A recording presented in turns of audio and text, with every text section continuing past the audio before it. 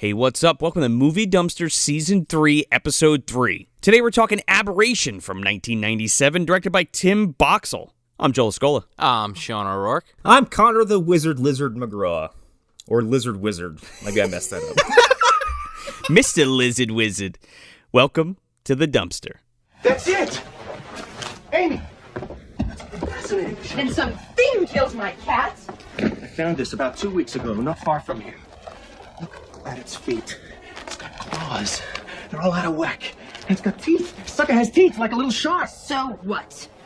Geckos don't have teeth! Well, something in this house has teeth. Not geckos! Some lizards, yes. Geckos, no. Don't you see? It's becoming a more efficient predator. It's evolving. Well, I would like to evolve towards the car.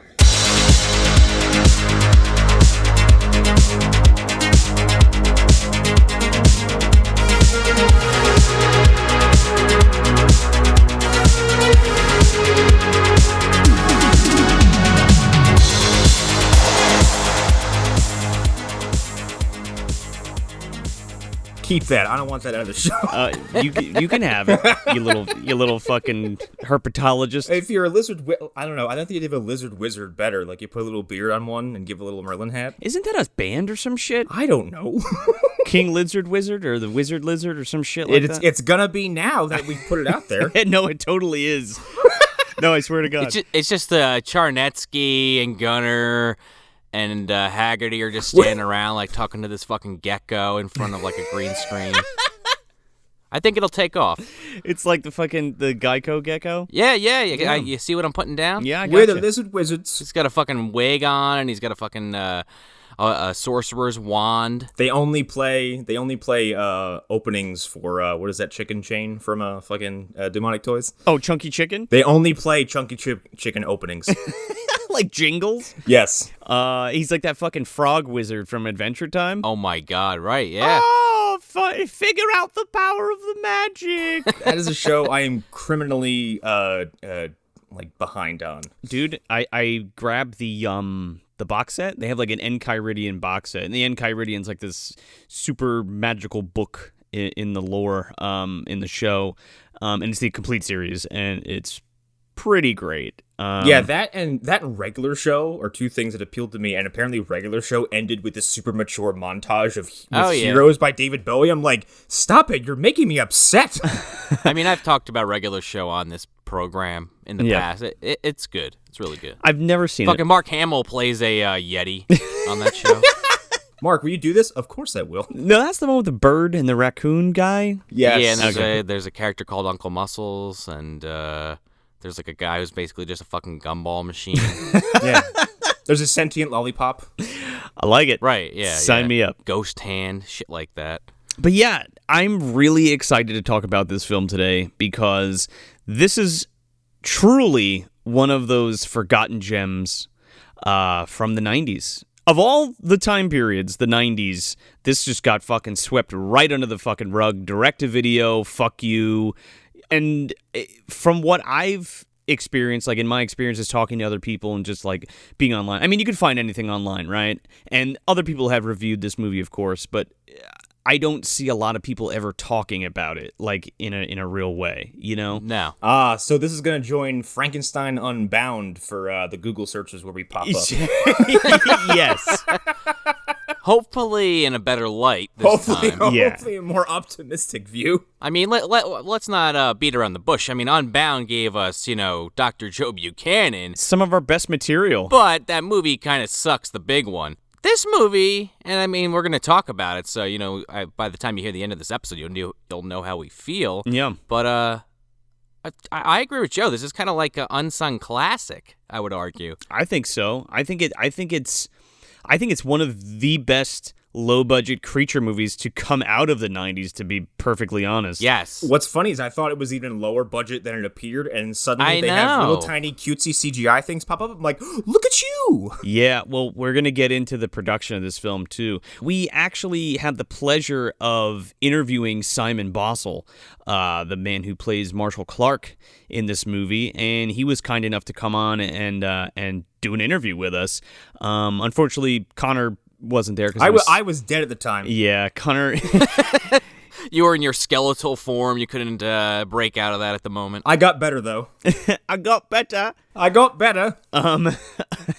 But we got a chance to sit down and talk with him, and like some of the there was a few production things that came out in that interview that you can listen to tomorrow as of this release, because when this drops, the interview will be out the next day.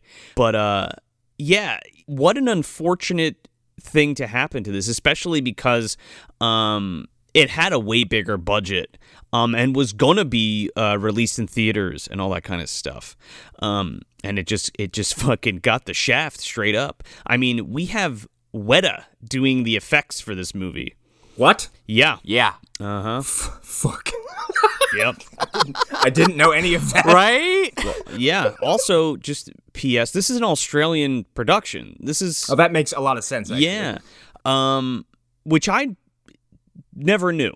Right. I mean, I love this movie from when it came out, like as a kid in '97, and then renting it and absolutely falling in love with it, and then it just never dawned on me that it was made, like that it was an Australian-made movie, because Pamela Gidley's also in this movie, which we'll get to. I just want to throw that out there right now.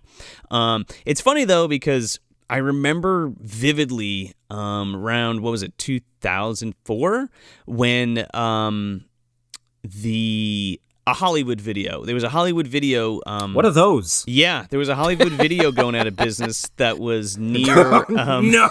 Yeah, where the hell was that, Sean? I mean, it depends. There was a bunch of them. There was one in Manchester. Yeah, that's what it was. There was one in Tom's River too. No, that was the one. It was the Hollywood video in Manchester, New Jersey. When that went out of business, I remember going there with Sean, and I picked up. I remember the stack of movies I got. I got Rumpelstiltskin. Classic. Yep, I got Rumpelstiltskin. I got The Resurrected. I want to say Grimm, and then the final movie. Oh no, I got Bleeders that day too. Do you remember? Oh shit, that's what it was. I got Rumpelstiltskin, The Resurrected, Bleeders, and this movie, Aberration. See, little did you know that when you did that, way off in the sky, you heard. Well, that's what happened. The universe reached out and was like, yeah, buy these ones. Are you trying to say that she comes in like the Wicked Witch on a fucking tornado, but it's like... Her wheelchair just like fucking cascades across the sky real quick? Oh, man. She's gazing through that fucking crystal ball or whatever. She's like Shao Kahn from the end of Mortal Kombat 1. She's like, ah! Her head appears in the clouds. Yes. I got a quick story about Hollywood Video. So I rented 2 video games from there once and then forgot to bring them back. And then when I went to, the store was closed. And then they sent me a late fee in the mail like 2 months later, and I told them to go fuck themselves. Oh my god. You know where that late fee goes? Right in the fucking garbage. I know. I was like, you can kiss my ass. You went out of business. These are mine now. That very same night, we went back to a friend of ours' house, and we watched Aberration, and absolutely loved it. Yep. That was the first Still time Sean. it. Yeah, that was the first time Sean had seen it, and he loved it. And it's just one of those memories that I'm really fond of. And also, it made me realize that I've known Sean and Connor now for, Jesus Christ, what is it? Almost 15 years? Just about, yeah, because I think pretty close. Middle school, high school is where it all kind of started for us. Isn't that bonkers? It just, like, that particular memory just set that off in my head, and I was like, wow, I've known them for that long. That's a long time. It's funny you mentioned that, because I went and got a haircut today. That sends me back 15 years. So, but yeah, I'm so glad that we're doing this today for the show, because again, that's what we want to do. We want to dig up these hidden gems and kind of tell you guys about them, and you should totally see it. Real quick, too, this film only exists in the U.S. on VHS. Yes. What? Yep. There is a Japanese DVD, there's a French DVD, a Swedish, and a German DVD. It's probably why what I watched was really grainy and of low quality, like just from the video quality. Well, here's the thing. Not only is there only VHS in the US, but the DVD version of the film in Europe is a fucking VHS rip. Like, it's, for fuck's sake. It's 4:3. It looks like shit. Like, there are no like high definition or widescreen versions of this film available anywhere. And when we chatted with Simon, little sneak peek, he was going to send us a copy of it, but it turns out that it's just a 4:3 rip. Just like the same thing that's on the tape, right? It's the same quality, same rip, everything. That's a shame. Yeah. Yeah, I know, right? I'm like, how the fuck has nobody picked this up yet, right? I think Lionsgate owns it now. Oh, yeah, what a tremendous studio that they belong to. Yeah, well, I don't want to spoil that too much because that's also in the interview that you can hear tomorrow about how much shit this film went through with like budgetary cuts and changing hands of studios and who was picking up the tab for what and who got to release it or whatever. But I believe now it's in Lionsgate's hands. I don't know why anybody has pursued this. I mean, again, like, has everybody just forgotten about this film? Because it's fucking awesome. Yeah, and which is funny you mentioned that because I just happened upon a piece about dog soldiers today, and Neil Marshall said the negative for that movie is just missing. No one knows where the fuck it is, so every transfer has been really hard to do because all they have is like, they don't have the negative to work with anymore, and no one knows where it is. You're kidding me. I'm not. That one got the shaft too because I remember that premiered on Sci-Fi Channel. Ugh. I remember it and we've clear as day. established what kind of clout that comes with. I know, but clear as day, I remember it. I remember hanging out with my buddy Tim Kadubik. And do you remember Tim Kadubik? Oh, I remember Tim. Yeah. I fucking was at his house. That shit premiered that night that we saw the commercial for it, and we watched it, and it was fucking awesome. And then, the DVD came out, and the rest is history. It's a great film. I don't know, it really breaks my heart when I hear, like, the fruit of someone's art and their work is, like, I don't know, the negative goes missing. You don't care enough to transfer it from, to make a good transfer onto the DVD. Or in the case of Event Horizon, someone just takes the rest of your footage and throws it into a fucking salt mine. Yeah, what is that about? That kills me to this day. Oh my god. It's just bonkers to me, and I'm thinking to myself, like, how hard could the rights be to acquire this fucking film? I mean, it's also like, it's a movie. It's not like a fucking box full of, like, junk or clothes or something like that. Well, it's crazy to me because, like, Vinegar Syndrome and like Severance stuff. I mean, they're doing God's work. Okay, they put out fucking Tammy and the T-Rex. They put out Hobgoblins. They put out Demonoid. All these fucking old movies that hadn't got any like DVD releases or Blu-ray for that matter, and they're going back. They're lovingly like cleaning them up and releasing them. And I'm thinking to myself, like, this shit is fucking prime. Like, some of those movies you can't get. And I understand the preserving them, because some of them aren't that great. They kind of suck, some of them, right? But it's the fact that they are found and preserved and released, and it's great to own them and have them and experience them. However, in this particular case, this movie is fucking great and doesn't have a proper release whatsoever. I mean, I don't even think it had a fucking Laserdisc. I don't know. I kind of want to fucking see if we can, fucking seek it out and do some research. Well, I'm still saying that we take credit for getting Tammy and the T-Rex, the Gore cutouts. So. Yeah. Oh yeah. Even though we didn't have anything to do with finding the negative. Quiet. Let it go. But I would love to be a part of that restoration process in some way, shape, or form. Let's just get shirts that say we did it. Yeah. Yeah. Well, you heard it first here. We want to fucking do that. And that would be amazing, and it would be so cool to kind of talk to Simon again and get him to come on and like do an interview like for the DVD or the Blu-ray rather and shit like that. I mean, I think that would just be so awesome because it deserves it. It really does. With that being said, let's get into this. What do you say? Indeedy. Let's do it. So, plot crunch real quick. Pamela Gidley plays this woman named Amy. And she is Alex. Or Alex. We're not sure. And she's on the run from her abusive partner in crime, ex-boyfriend. And she shacks up in an old family cabin and runs afoul of some aberrations, TM? Mutant lizards. Mutant geckos, specifically. that terrorize her and this Minnesota mountain town. And she gets the help of Simon Bossell, who plays Marshall Clark, and they have to fight off these killer lizards, and it's great. Yeah, and we open, and Samuel from The Ghost in the Darkness tells us that there's some killer fucking lizards around here.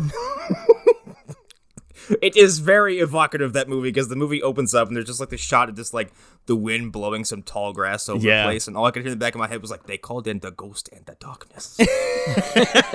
Michael Douglas is in a fucking tree somewhere. When you find your son, you hold him high. Val Kilmer's there just being handsome. He's building a bridge over nothing. I think I'm in the wrong place. Well, like Simon Bossell kind of like walks into frame. He's like out in these like these fields just as the wind's blowing, just kind of looking for something, and he just comes across like this giant wad of chewing gum. It looks like these fucking hatched lizard eggs. Yeah. And he's dressed like Richard Stanley. Yeah, that's what He's he's got a big little fucking bit, hat yeah. on like a coat.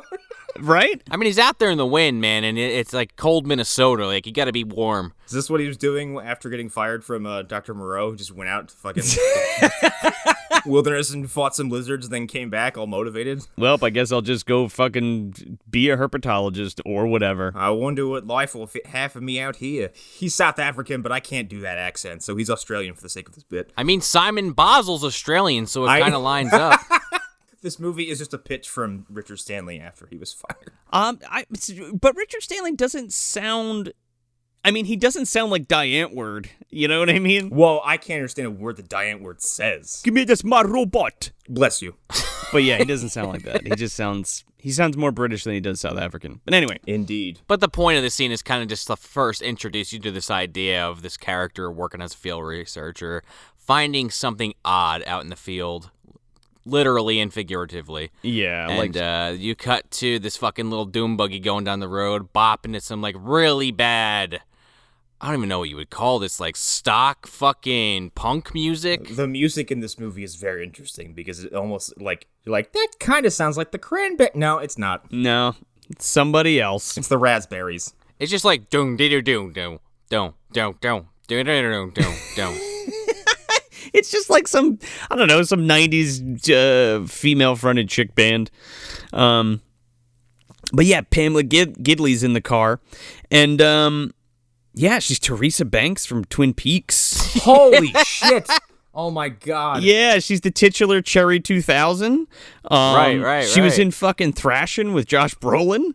Yeah, unfortunately, she passed away in like 2018. That was the only thing I read from this movie as far as the production goes, because when I started watching, I'm like, she looks familiar, and then I looked her up real quick, and yeah, I read that. But other than that, I didn't know anything else about this movie going into it. Well, she rolls onto the scene, and she's got a fucking disguise on, and I gotta say, she comes from like New York or some shit. She drove all the way to Minnesota with this disguise on, and she waits till she gets there to start fucking peeling it off.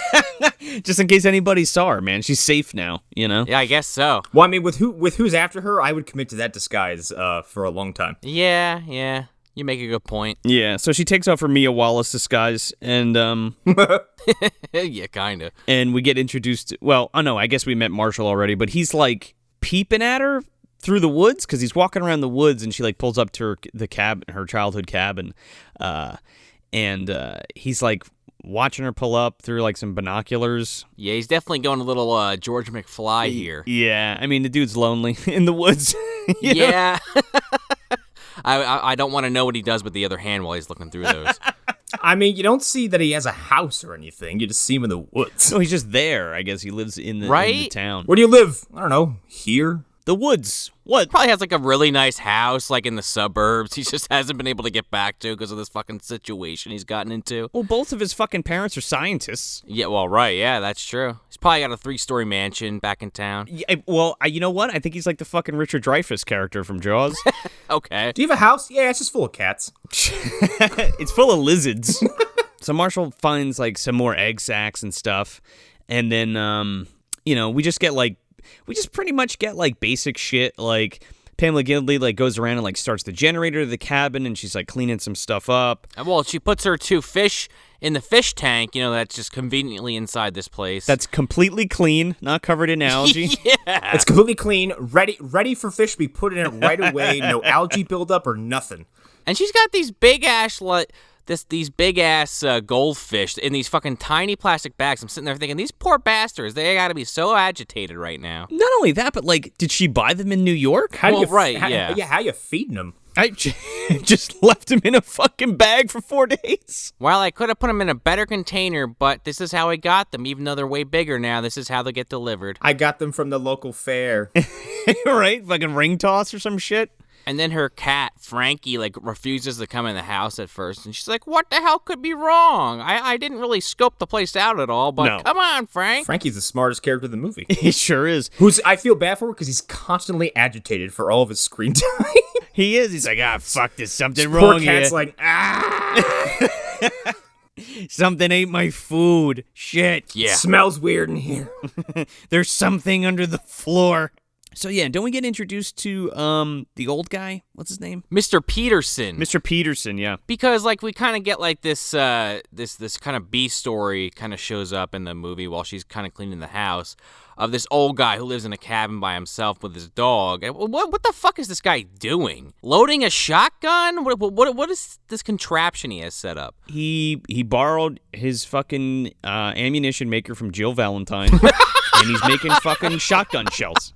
I'm like, what the fuck is this guy doing? I gotta get these acidic rounds ready for when the tyrant shows up. Oh, good. Now I have incendiary grenades. Well, of course, because this guy has a dog and it's a horror movie, it's outside barking and he's ignoring it, and it gets killed by something in a POV shot. See, we get some lizard vision in this, but it's not shitty. No, because it doesn't have any, like, infrared bullshit put over. It's just basic POV, real jittery, kind of like you get the picture. You don't need anything else. Yeah, It's just not like seemingly wall-eyed like the fucking werewolves from American Werewolf in Paris. No, like you can see what's happening and shit, and it's totally fine. Right, but yeah, so his dog dies, so he's out on the, he's in the woods essentially looking for the dog, and he bumps into her while she's looking at the generator. Yeah, and he's creepy as hell because he's just like, just leers at her for like 30 seconds. She's like, hi, what are you doing? He's like, I don't know. It's me, Mr. Peterson. Remember, he's like, it's the mean season, little Amy. You gotta get out of here while you still can. What are you doing out here? Yeah, like, what was this? Was, like, the Evil Dead cabin down the fucking road? It's got a death curse.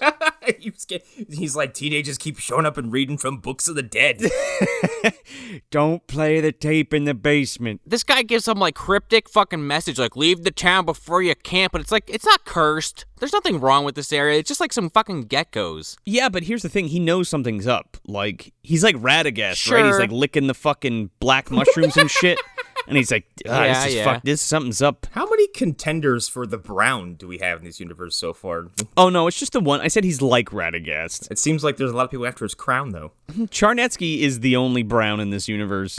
I mean, even Marshall's dressed like Radagast, also Richard Stanley. I mean, anytime that Radagast or the Brown, in any combination is mentioned, Charnetsky's ears perk up, but he's too lazy to get up because he's eating that chunky chicken in the recliner. That's my goddamn title. You sit the fuck down there, Mr. Peterson. I will sue you, but beyond that, not much else. Haggerty just looks over and he's like, Charnetsky, are you ever going to actually get up and fight for yourself? Come on, Charnetsky, why you gotta just be a little asshole about it? Just leave the guy alone. He's not hurting anybody. He's in his cabin by himself. Just sticks a whole drumstick into his mouth. Haggerty, I have my chicken, you have your cigarettes. We'll leave it at that. He sucks it fucking clean like a Tex Avery cartoon. Yep.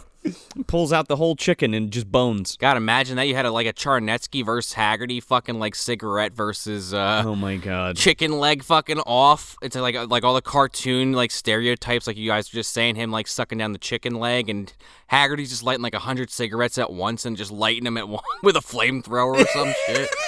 Whatever room those two inhabit at any given time must smell like chimney and night farts. Like, it's gotta be just the fucking worst. Well, he's got to hide from John Hurt. He's got to get that smoke screen going. Yeah. That's got to be like the quickest fight in history. They just get winded in like a second and just sit down. Yeah, well, Fucking Gunner comes in, he's like, somebody open a window. where's the bud dry? So yeah, he warns her. He gives her a vague warning, and then he's basically like, yeah, there's a huge storm coming. Like, you need to get the fuck out of here. And she's like, yeah, whatever. You're crazy and old. And he's like, you see my dog or what? And she's like, no. And he's like, okay. Well, you're all alone. Get out of here. And she's like, well, what about you? You're alone. And he's like, I got my dog, but not really, because it just got killed by mutant geckos. Bye. But I don't have that information, so toodaloo. I'll see you in about 25 minutes. Kinda. Remember Critters 2? That might come up again later. You know, that really popped up my head several points this movie. I was like, this is kind of like Critters. A little bit. There's a few things that it made me think of, but in a good way, like not a bad way. Yeah. So a couple other things that happen in the scene. While she's checking the generator, she notices that it's kind of like has some kind of issue due to that she doesn't know yet, but there's eggs, like an egg clutch in this shed. Yeah. And I guess it's implied that it's started leaking onto the wiring and ruining it. Yeah, well, it's just the fact that they're in there, right? Yeah. And it's just that foreshadowing of oh, there's some bad shit. We don't know exactly what's happening yet. Right, because you kind of get a similar shot with the fireplace where she goes to kind of open it up and it won't open. And you just see the green goo kind of drip down the back of the fireplace. Yeah, and I just want to say real quick, the setup and payoffs for everything in this film are super satisfying. Especially the fireplace, but we'll get to that. Oh yeah, Yeah, no, that's a whole conversation in itself. But everything is done very well. Like the storytelling and visual storytelling in this are fucking on point. Very good. Yeah, there's a few household items that end up being like Chekhov's gun. There's a lot of stuff that seem normal and have uses later on. Well, she finds that gun, or what would this rifle, I guess I should call it. It's like a 22. It's like a critter gun, right? I mean, like a varmint rifle kind of thing. Yeah, not like a krite gun, a critter. I mean, like rats and shit, or like squirrels. Hey. Right, little animals. My boy is not a critter. Pests. He is a beautiful fat little boy. Not a fancy rat, like a fucking scum rat. You mean like the ones that get too big to be pets that are eating your garbage? Yeah, the ones that are like the size of a cat. Yeah. Yeah, my boss keeps telling me to come take the ones from her house and put them in my room because she thinks Eobard is gross. Why? Because it's just, rats. They have a stigma. Oh, it's a rat. She's like, oh, if you want one so badly, just come take one out of my garbage. I'm like, yeah, well, that one doesn't take food from my hand, so I don't want them. It's also two different types of rats. Yeah. And isn't she a vet? Yes, but apparently, we'll get nothing. Never mind. Anyway. No shit talking your job on the show, just in case they listen. Oh, they will never listen to the show. That fucking guy told me I didn't know about rats. So I forget if this is the next day or the same day, because she does go to sleep at some point. But she does have this money in a fucking bag she stuffs under our fucking floorboard. She's got a little fanny pack full of money. She's got the fucking payday from Mosquito in that fucking bag. It's like ones and fives.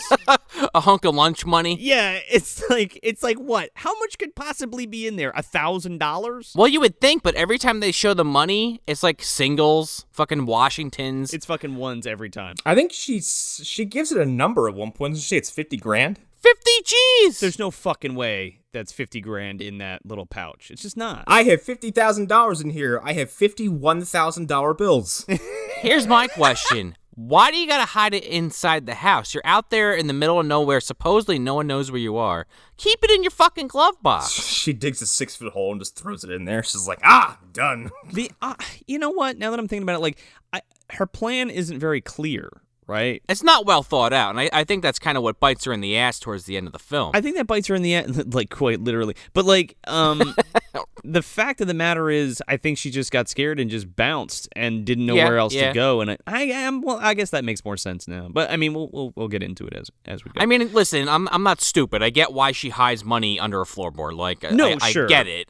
I'm just saying, why go the extra step? You're already in the middle of East Bumblefuck nowhere. Just leave it in the car. Yeah, or just put it in a drawer or something. Right. I mean, it is 50 G's, though, quote unquote. And so she eventually goes to the store, but she brings the cat with her this time to this fucking Miller's grocer Yeah, well, the reason she goes is because she, like, sits down to fucking kick it with a book and some cake, and she Right. fucking Oh, pulls yeah. this big chunk of cake out, and it's, like, green and, like, all wet and shit.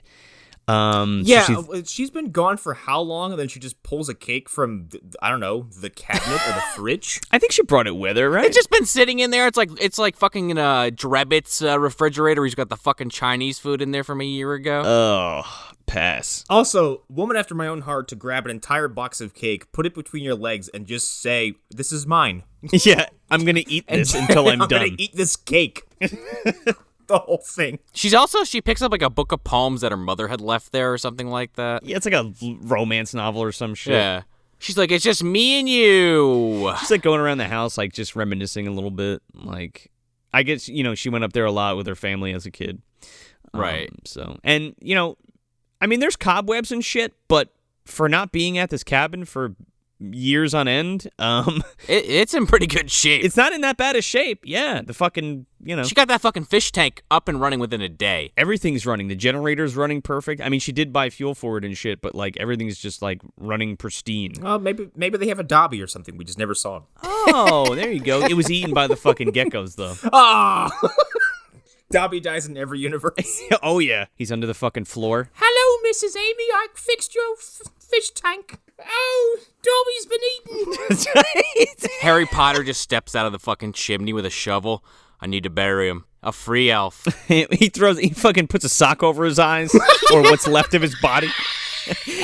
It's all like skeletal bloody remains, and he just like puts a sock on him. Good night, Dobby.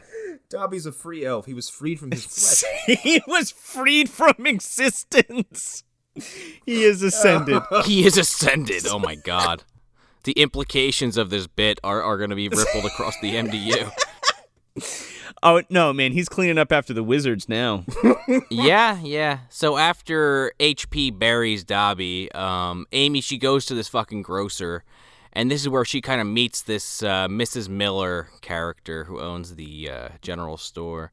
And when you say the general store, you mean the store. 'Cause I The doubt only- there's anything else. in Oh, this right. town. But, well, to put a pin on what Joe was saying, she goes to open this fucking cake, and it's like just been totally gnawed on by something. Yeah, there's like a big gross bite taken out of it, and it's all wet and shit. Might have been Dobby, so he might have, he might have paid for that with his I life. mean, he had to eat something while he was there when nobody else was around. Nobody's paying him. Dobby ate cake. Sorry. Dobby had cake. Dobby loved it. Like, Amy fucking kills him and then, like, tries to blame it on the geckos. Like, look at all these gnaw marks on the body. It's like, they look like they were done in post after he was already dead. But why is it all wet? Don't ask Dobby questions. Dobby was hungry. You never feed him. I've been waiting years for you to come back to open the refrigerator so I could have a piece of that cake. Dobby had relations with your cake, master.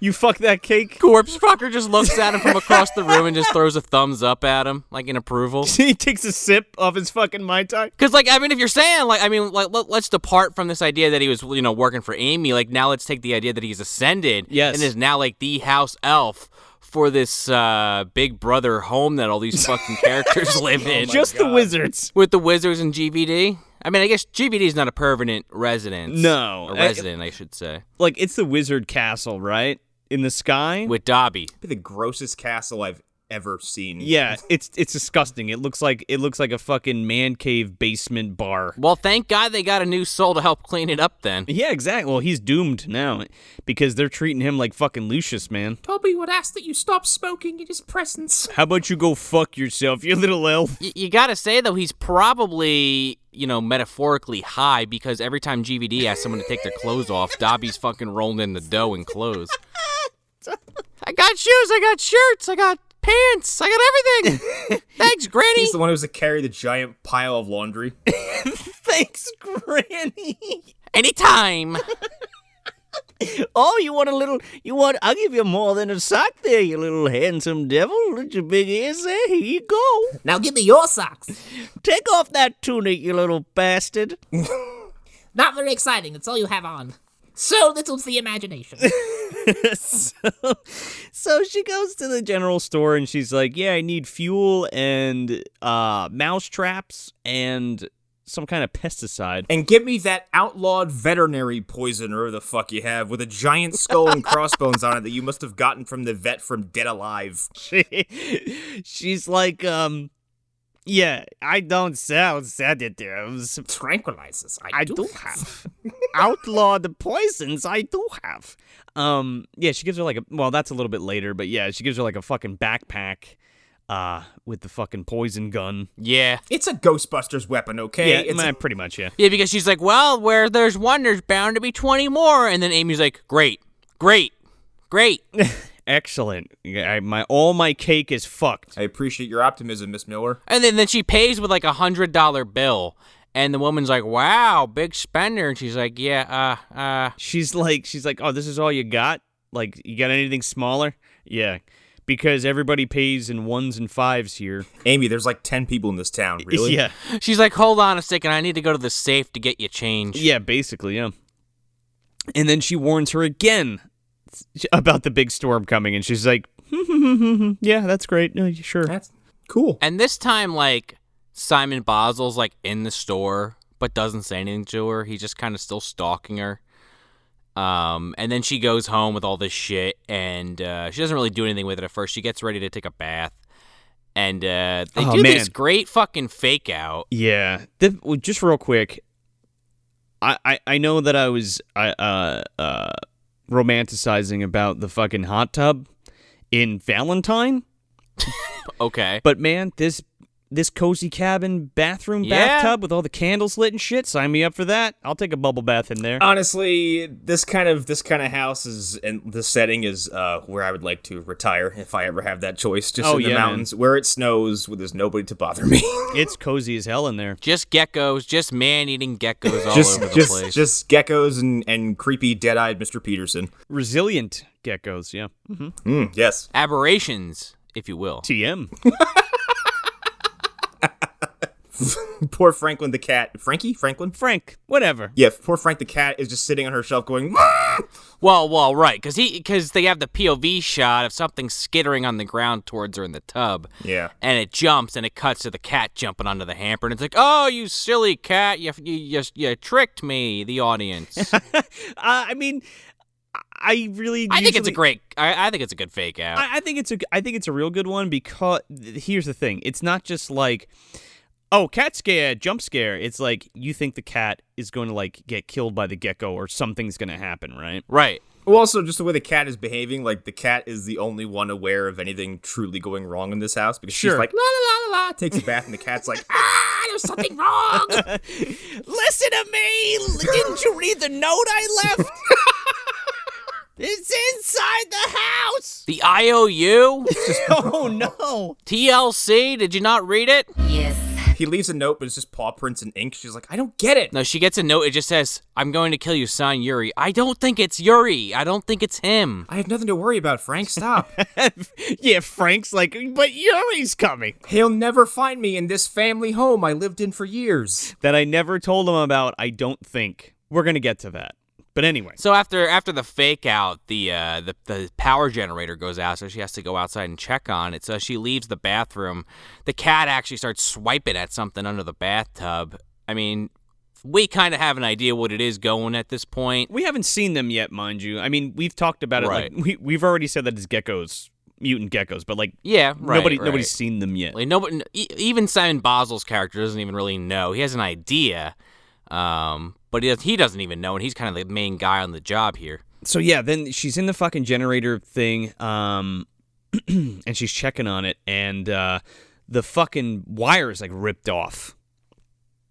And she's like trying to reconnect it. So she reconnects it, the power comes on, and the fucking egg sack that was in the ceiling fucking drips on her head. Egg sack's more like fucking egg salad. Ugh. It's gross. It's like it looks very xenomorph hive material.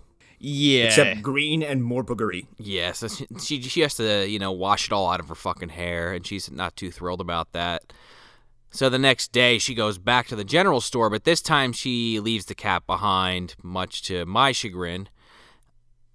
Because she's like, you're going to have to protect the place. And the entire time, this cat's going all like, Courage the Cowardly Dog on her. Like, maybe not. Maybe don't leave me here by myself. Don't do it. Take me with you, please. I don't want to end up like Dobby. She turns around and goes, booga, booga, booga! With the mask. Yeah, you stupid cat. Stupid cat. What was that other one from Harry Potter? Like the asshole. Creature? elf? I love Creature. Creature's just there, like the cat's being stalked, and he's like, Creature, help! He's like, nah, Dobby was the one protecting you. I could give two fucking shits about you. Fuck you, Sirius Black. Fucking hit me with a stick one time. Creature is off the clock. Yeah, go fuck yourself. There's geckos literally nibbling on his feet. I'm off the clock. Go ahead and kill Creature. He no longer cares. I'm eating this cake. Creature ate the cake. Yeah, it was him the whole time. It was but actually in him front the of entire Dobby. time. Yeah, and Dobby suffered for his sins. Yeah. That is so Creature. He's a true martyr. So she leaves, and this poor cat, they don't leave it up to your imagination at all. It's like, the second this woman leaves, this cat is eating fucking dust. She closed the door and the fucking Kill Bill sirens zoom in his face. Just surrounded by like fucking 20 of these things. This is also like the first time that her car almost breaks down. Well, it does. Straight up. She goes to the general store again, and she's like, I need something stronger than fucking whatever. And she's like, well, shit, here, take this fucking backpack with this Dieldrum, toxic waste fucking pest control fucking pesticide. Insert these nuclear rods into the back of this device. It's like wacky looking. Yeah, like Joe was saying, they have like these old ass like poison tubes essentially that you attach to the back of the pack, I guess we'll call it. Yeah, it's a backpack. And Simon comes up. He's like, "You got a certification for these things, Miss Miller?" Yeah, she's like, they can bust me if they want. Yeah, fuck them. She's like, oh yeah, they can come out here in the middle of fucking nowhere and tell me what I can and can't have in my store. Yeah, but she like gives it. She's like, oh, you just put this fucking hazardous chemical in the backpack and you shoot the shit all over the place. Oh, by the way, it'll kill your fucking dog or your cat. Right. It'll kill your pet, but here you go. And fucking Marshall comes out of the shadows. He's like, actually, it'll give you cancer, too. Hi, hello. I'm Marshall. I'm the guy that's been watching you with binoculars from afar. And Miss Miller just fucking sells him out. He's like, you were watching it with your binoculars, weren't you? And he's like, no, yes. Anyway, poison. Actually, because he's Richard Stanley, he's like, anyway, you ever heard of H.P. Lovecraft? I'm gonna make a movie about him one day. As a thought. Anyway. And then her piece of shit car breaks down. Imagine that. Yeah, she's like, okay, you're creepy, bye. And her fucking car breaks down, and Marshall's like, he's like talking to her at first before it breaks down, right? Yeah. And he's like, oh, is there anything like He's like, so what do you got up at your cabin? Because he's like, he already knows something's going down. He knows there's something wrong with like the wildlife. Well, because also not only does she buy like that backpack fucking poisoner, she also buys like 20 mouse traps. Yeah, a ton of like, pest shit. And he's like, he says something to the effect of like, is it all right if I come up and like take a look at the cabin, like if it's that bad and blah blah blah.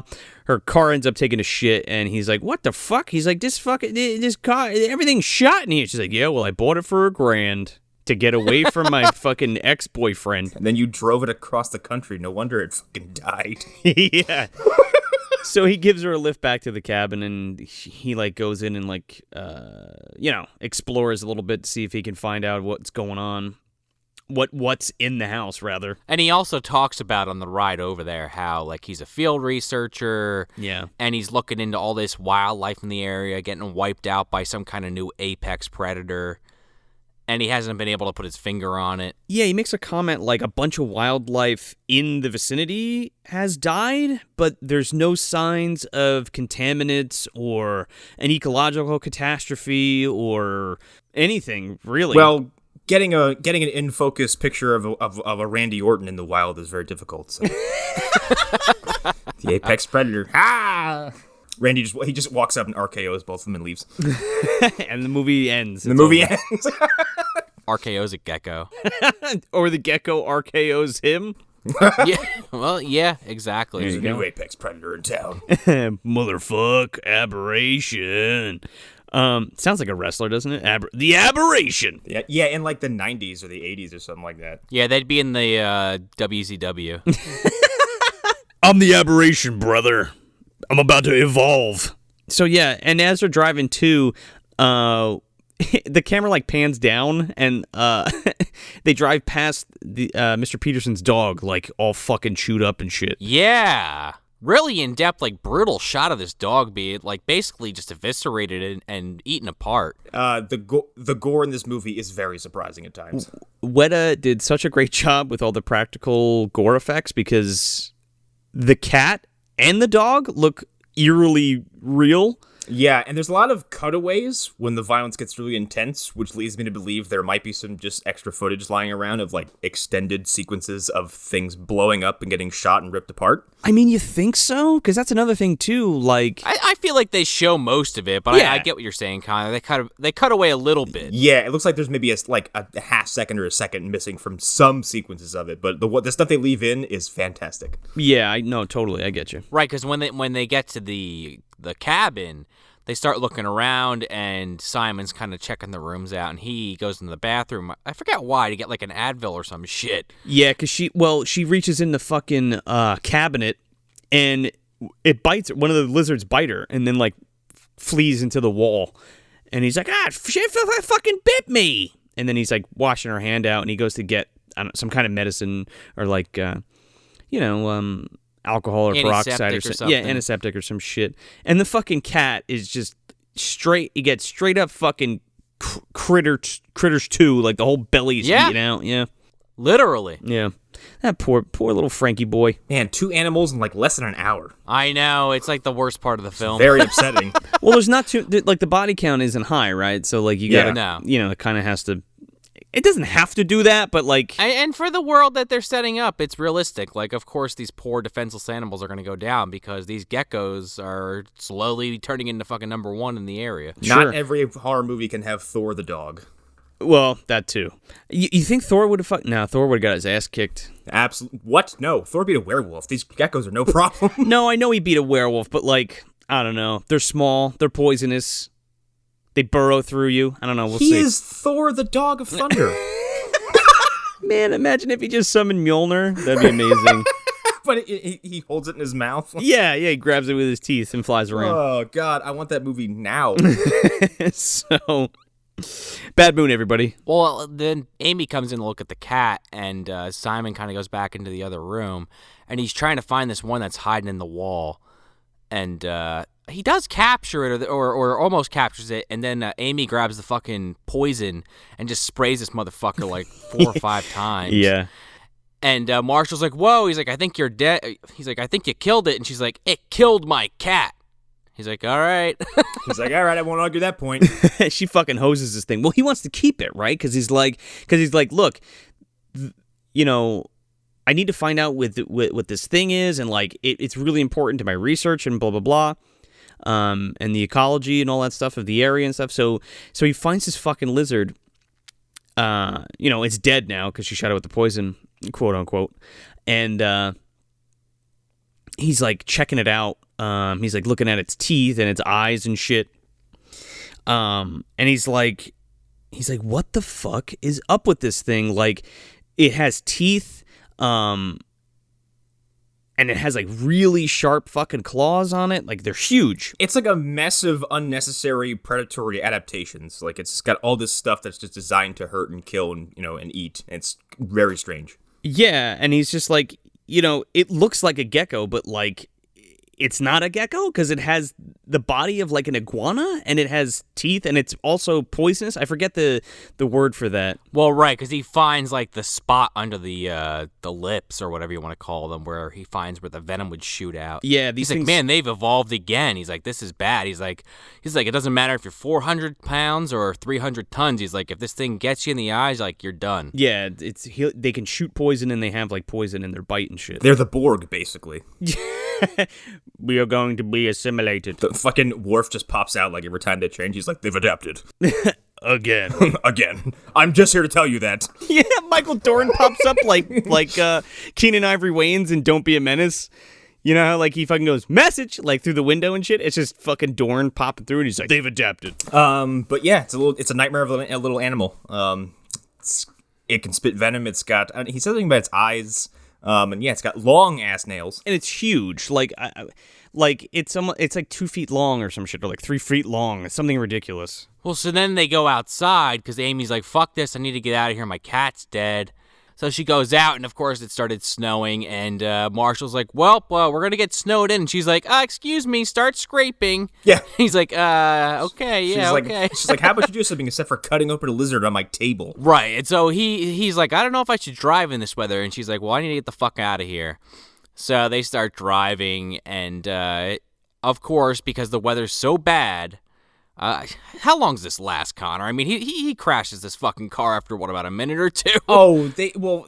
First of all, you shouldn't drive in these conditions, and this is exactly why. If they get in the road, they last about, like, I don't know, maybe 2 minutes before they go off the fucking road and careen down a hill and hit a tree. Which, by the way, has happened to me in real life. There's just no tree, and I was going like 3 miles an hour. Still scary. But well, you know, the roads are frozen. The roads are fucking frozen, man. Yeah. So they have to walk back to... Well, do they walk back to the cabin? Well, they're kind of far from it at this point, so they're like, oh, Mr. Peterson's cabin's real close. Maybe we can just stop there and maybe get warm over at his house. Ah, yes, that's right. So, like, okay, let's start hoofing it. So they get to fucking Mr. Peterson's house, and the snow's coming down pretty bad at this point.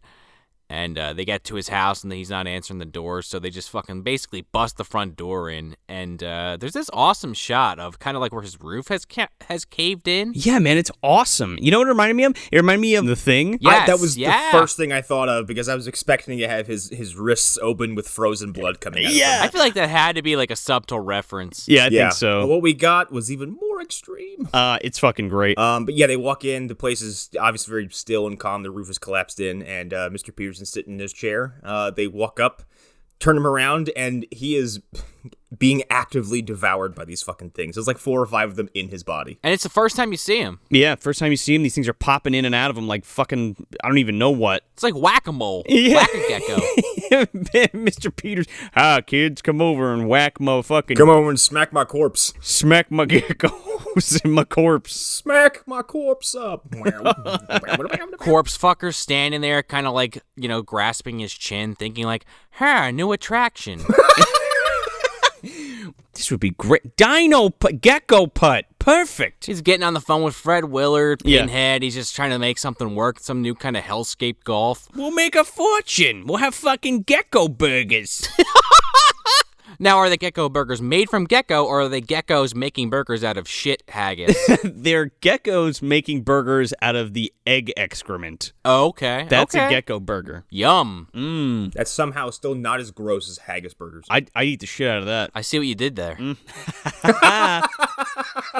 So here's this fucking scene is both amazing and head-scratching. Yeah.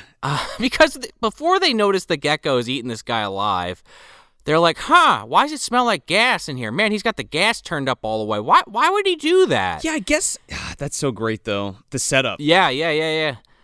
So basically, like, they see the fucking geckos eating this guy alive, and Pamela grabs a fucking box of matches.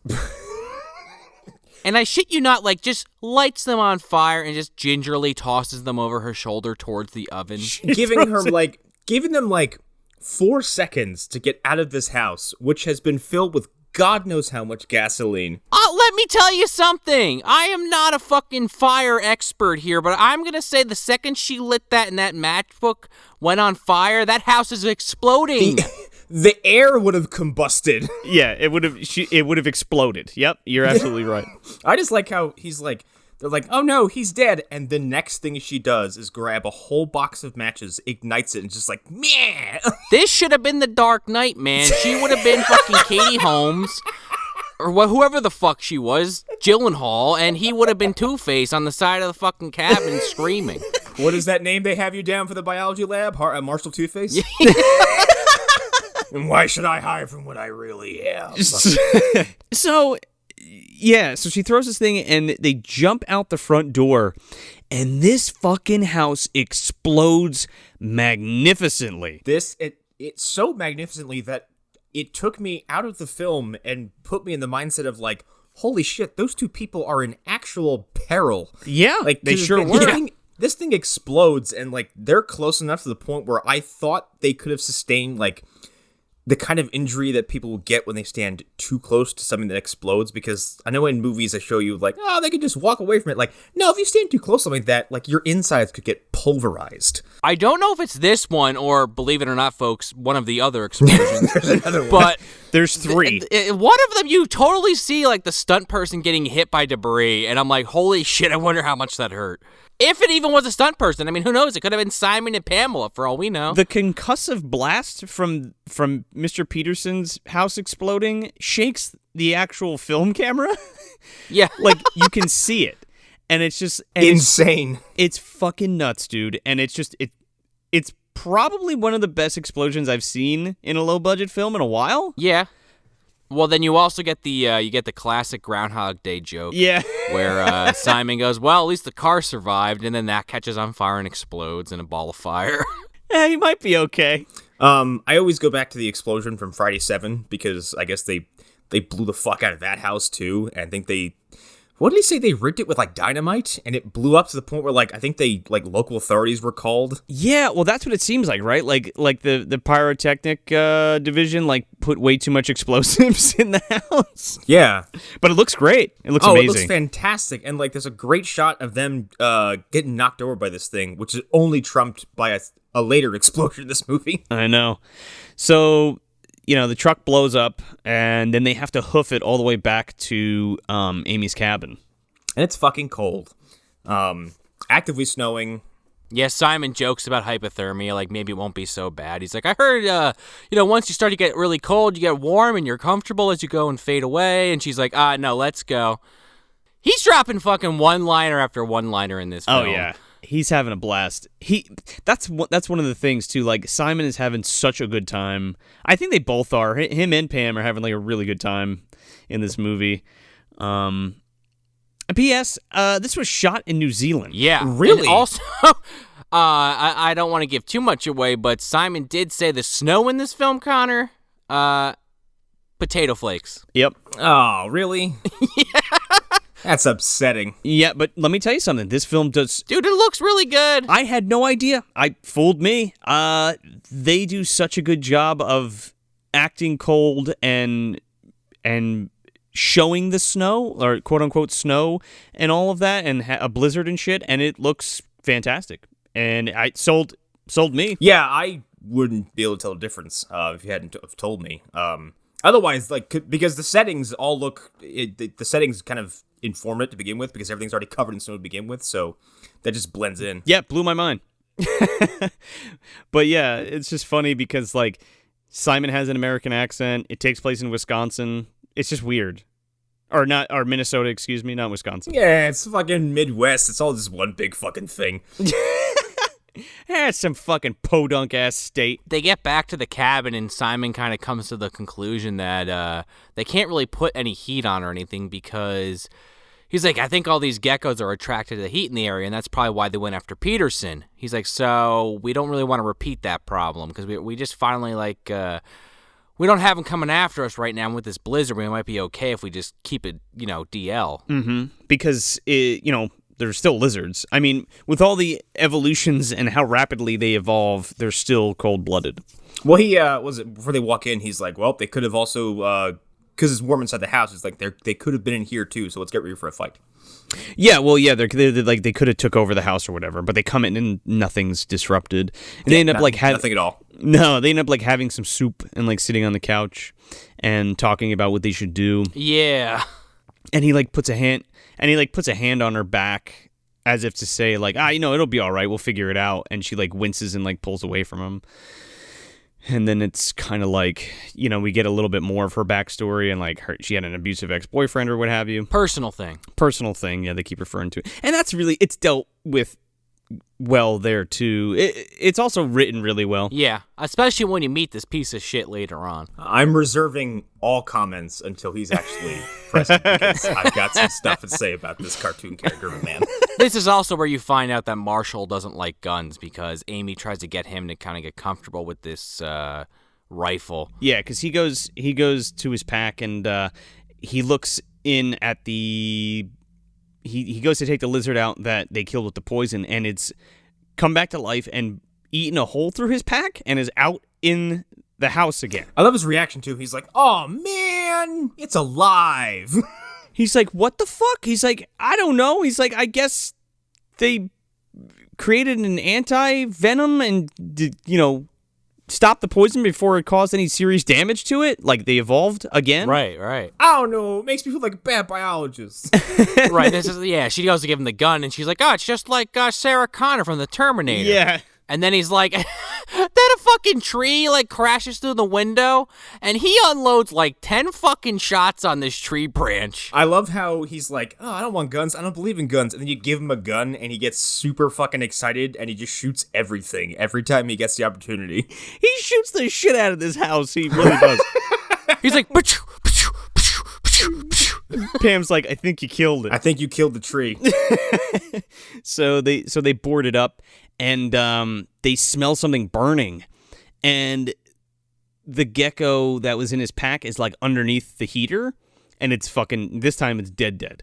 So they pull it out, and he fucking dissects it. That must smell like shit. Like, that's gotta be awful. Ugh. Barbecued fucking lizard. So he dissects... Barbecued cat because he drops the darkest joke in the movie. Oh here. my god. Oh yeah. He's dissecting this fucking lizard. He goes, man, there's a lot of cat fur in here. And he's like looking at her. He's like, oh. Oops. He's like, stupid cat. I mean, sorry. Yeah, he doesn't know all the details with Dobby and Creature. They kind of keep him in the dark. He's a muggle. He doesn't get all that information. No, he doesn't. Right, exactly. Mm-hmm. Dobby killed the cat. You never feed Dobby. I'm gonna eat Frankie. I mean, the sad reality is Frankie is a familiar, and she could recast the spell at any time to bring him back to life, but she's just keeping him suffering in the Fae. You think it was just McGonagall? She's McGonagall? Yeah, Frankie's McGonagall. Well, I sure hope she's able to come back then, because otherwise that's one hell of a way to go, McGonagall. She was trying to lay low like Peter Pettigrew as the fucking rat? Nah, it's not McGonagall. She got stuck in her own spell. She couldn't break out of it. Minerva's too much of a bad bitch to get taken out by geckos. Yeah. How do you know? Maybe I don't know, maybe. She's got fucking balls of platinum, okay? It's one of my favorite characters in that whole series. She's a god. I mean, we are dealing with Bio Boy and Ski Bunny here. So he makes a comment like, oh shit, there was an egg sac in here and the eggs are gone. They've been deposited. So now they have to search the house for the eggs and destroy them. And in this process, Marshall steps on the poison gun and breaks it. So Pam Gidley pulls out a fucking Super Soaker 75,000. Oh, this part's awesome. A dead-ass 90s Super Soaker that I haven't laid eyes on. One, because, Super Soakers now are, basically assault weapons. They come with, backpacks and pumps and, 42 tanks, and they can hold, 7,000 PSI, and you can kill your neighbor's dog with it. Whereas back then, it was you had to crank it, until your arm got numb. Pump that shit up. Yeah, pump it until it no longer can, and until your gun breaks or your arm does. Yeah, and then you can shoot for, 5 seconds. Yeah.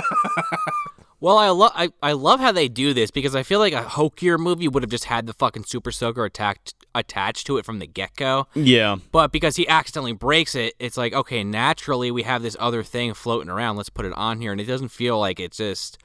I don't know. For some reason, it works better in this movie because it doesn't feel like it was just... It wasn't an afterthought. There was some thought put into it. I don't know. Maybe that sounds a little redundant, but you get what I'm saying? Yes. It's an organic way to lean into something kind of silly that then you don't think about it afterwards because you're like, oh, there's a reason why this happens, so you don't have to overthink it. But it totally makes sense. I mean, it's almost akin to fucking the water guns in Lost Boys when they fill them up with the holy water. That is the first thing I would do if I was fighting vampires.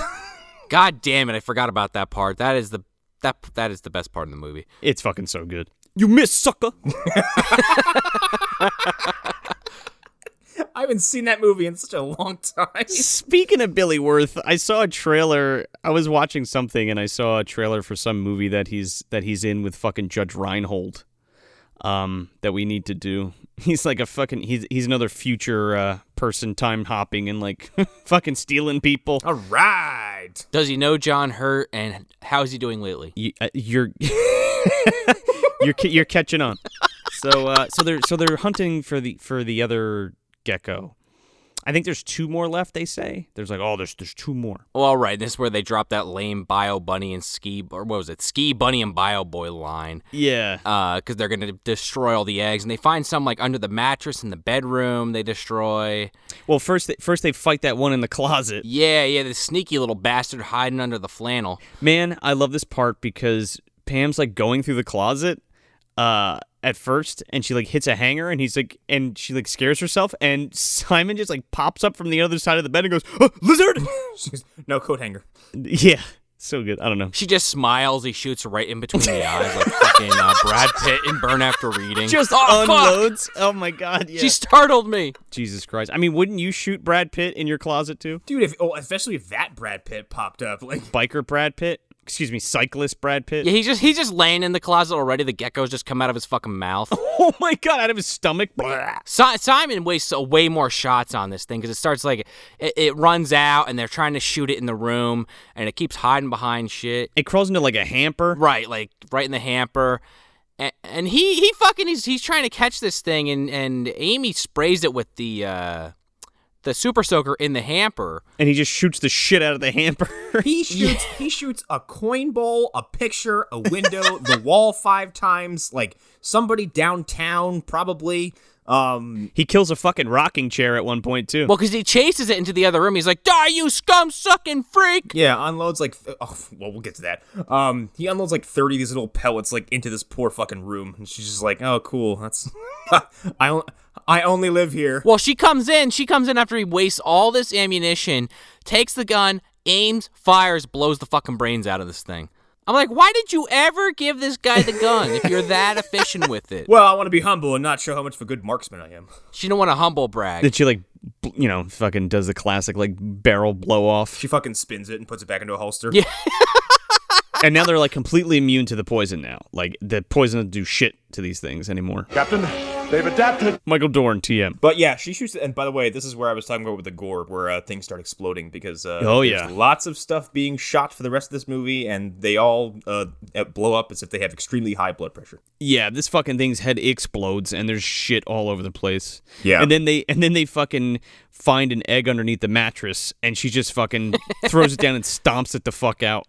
Dude, this is brutal. Yeah. I love how they linger on this because she's like, this should be easy enough to kill. Stomp, stomp, stomp, stomp. I don't think you're painting stomp. enough of a picture because when you say that, to me as a person who knows what actually happens, is still just thinking like an egg just gets smushed and yolk comes out of it. No, she steps on this egg and literally like the half created fucking lizard baby is like smushed onto her heel. Yeah.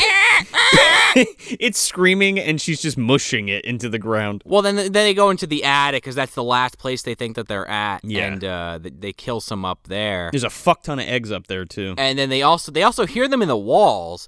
So Marshall, what does he start doing? He starts like he drives them. So they go up there and he like hoses them. Oh right, yeah. Like he has a hose and he's fucking like spraying them in the attic to like get him to come out. And they like run down the side of the wall from the attic into the walls. And then he like busts the fucking walls open with the rifle to like get him out. And he's like shooting behind the walls with a fucking hose. And then this thing like spills out of the fucking wall onto the floor. Fucking Kool-Aid Man's through the fucking wall. Oh yeah. Oh yeah. Let's do this. So then Pam just lights this fucking thing up, and now they're fucking bulletproof. Captain, they've adapted. Well, not only are they bulletproof, but this thing just like it spits in Simon's eyes, so he can't fucking see now. Yeah, but it doesn't stop him from getting disqualified for his championship match by picking up a chair and beating this thing to death. Oh my god. Well, this is where he drops the line, the title of the film. It's a aberration. He gets fucking sprayed in the fucking face and goes blind, and then mashes this motherfucking thing to a pulp with a chair. Not a steel chair, everybody. A wooden like a wooden rocking chair that he beats it with the edge of the seat. Like it's brutal. He fucking smushes this fucking thing. Then he gives like a neo-ass fucking speech while she's like wrapping his eyes with some cotton. He's like, "They're like a virus. They're changing rapidly. As he stares into the distance, like, because he can't fucking see. She's like, sure, honey. Like it's like the Terminator or some shit. Yeah, they're like he's like they're building up immunity like within hours of all the stuff that they keep doing to them, like whether it be the poison or the guns or whatever. That is really fucking cool. Just have to throw that in there. And then he drops. See, another thing I like about this movie is they never tell you exactly what the fucking deal is with these things. No, it's kind of like a zombie movie. Sorta. I was also thinking that how this kind of reminded me of like Tremors, where there's just these things out in the wild that there's no fucking a satellite didn't crash. There was no mad scientist or some kind of mutagen. Like they're just there, and no one really knows how they got there. Yeah, there's no mosquitoes eating a fucking alien's blood and getting huge. I forgot about that for mosquito. I mean, some of the best monster stories are just that. I mean, look at Deep Rising, look at Tremors, except for the they tell you in the second movie that they're like terrestrial or whatever. But even Cloverfield, if you ignore that part, well, I mean the satellite woke it up, but like the Cloverfield monsters seemingly always lived under the water. We just pissed it off. Right, exactly. Or there was one other one. Like they do that in Killer Clowns too. Like they're aliens, but like why are they there? Yeah. You know? I don't know. It just works better when you don't give a clear explanation. But the one that he hypothesizes right now, it's kind of like that Mimic, like the movie Mimic, where like the bugs were created to kill like those cockroaches in the sewers and then like evolved. It's kind of the same thing here because he's like, oh, these fucking genetic engineering places are like, oh, if you could do it with a rat, why not do it with a lizard? And like you create a fucking animal to stop a pest and then end up creating something even worse, This actually happens in certain ecosystems though, because, and not like through like genetic tampering, but I think in Florida. Oh yeah, boa constrictors. Yeah, Is that where you're going with that? There's a bunch of stuff that people bring in as far as exotic animals go that breed with the local wildlife, and then they fuck up the ecosystem. Sometimes they just. Well, I know specifically with Florida, the boa constrictors are really bad because they weren't natural to that habitat. Yeah. And now, like after years and decades of people like just either flushing them or they don't want them as pets or they escape or they get out of the zoo or what have you, they've just like destroyed the Everglades. Not destroyed, but definitely fucking turn the ecosystem upside down. Well, right. Yeah, and actually a friend of mine lives in Australia, and she had to go get a whole bunch of red tape to get her pit bull brought into the country because there are no pit bulls in Australia. Oh, wow. No. Yeah. Gotcha. Well, I mean, I kind of agree with that, though. No, yeah. To an extent. To an extent.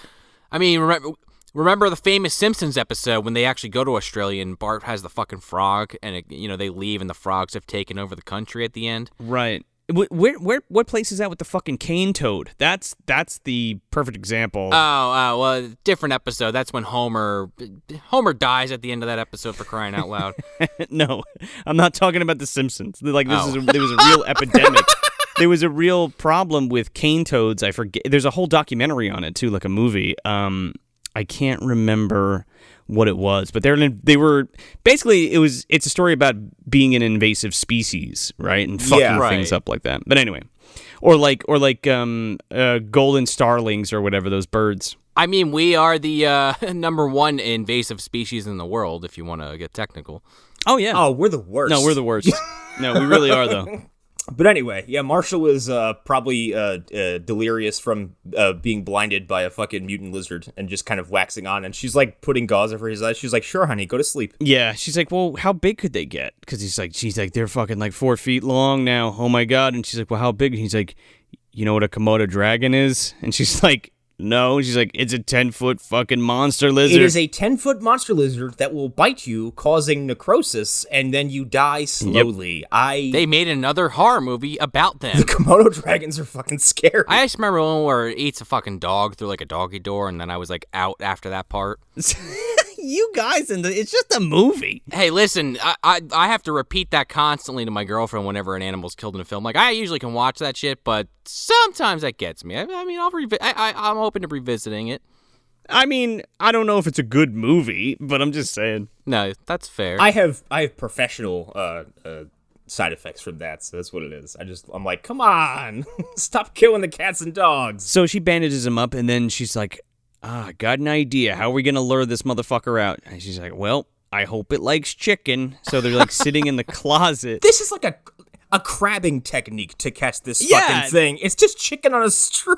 That's exactly what it is. If anybody's familiar, any listeners from New Jersey, you know you fucking went down to the fucking bay. You go to the end of the bay in Silverton, and you dock. fucking attach a piece of chicken to a little hook on a piece of just white, cloth string, and sit there for 15 minutes until you feel the most subtle of tugs in the world. And then you pull it up really, really slow and get your net ready. Yeah, and then you get old enough to buy yourself a crab trap and never fucking do that again.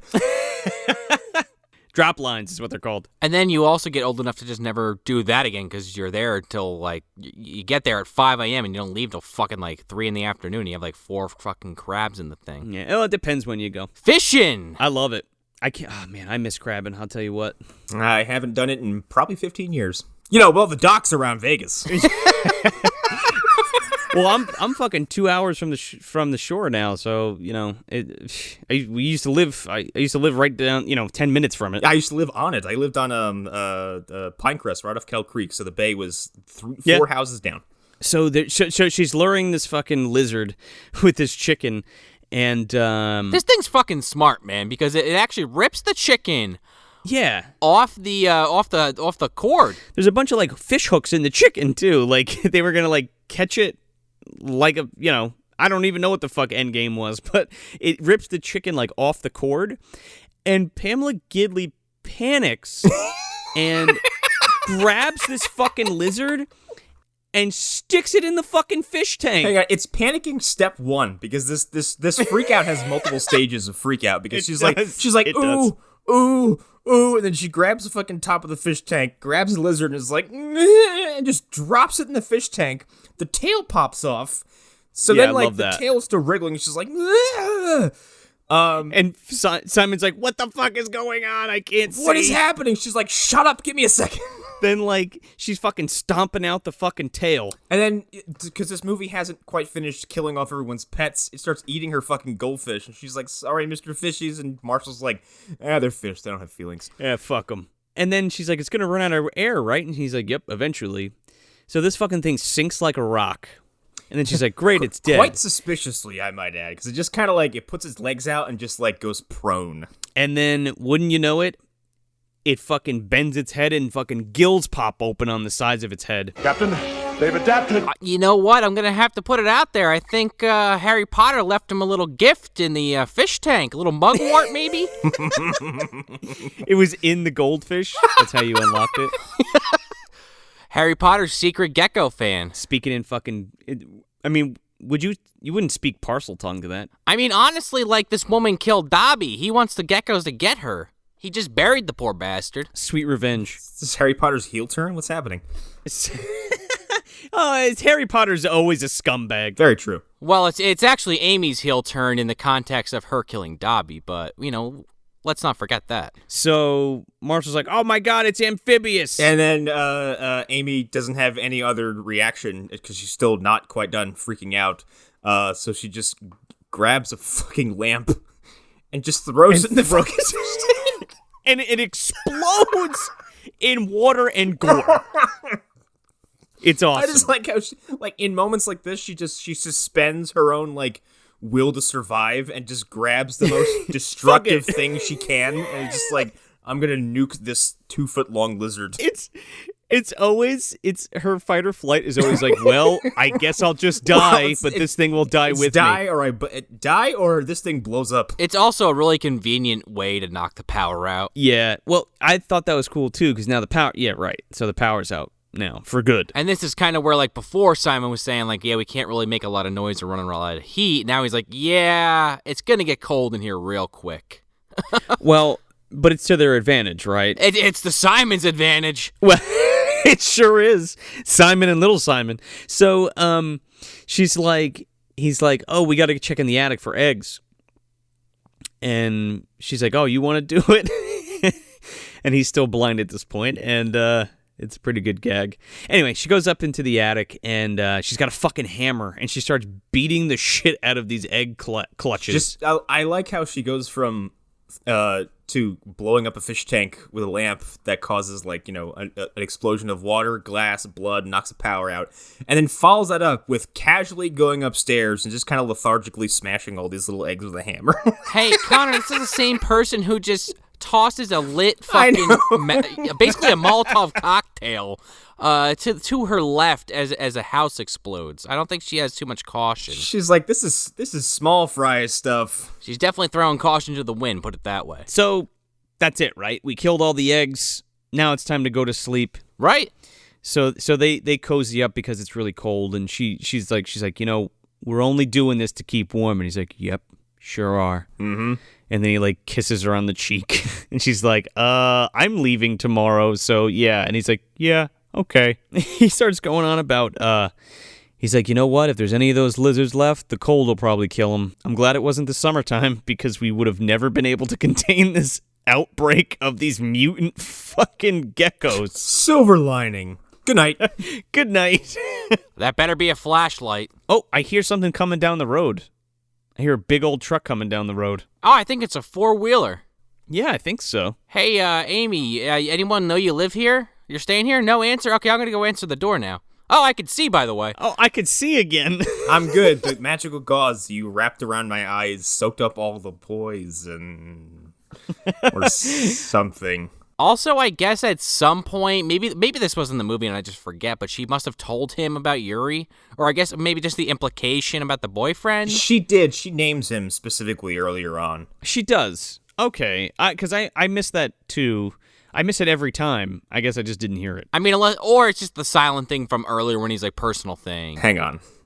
I need to very clearly establish that this is not a man. This is a fucking Dead Rising boss, okay? He's a Resident Evil character.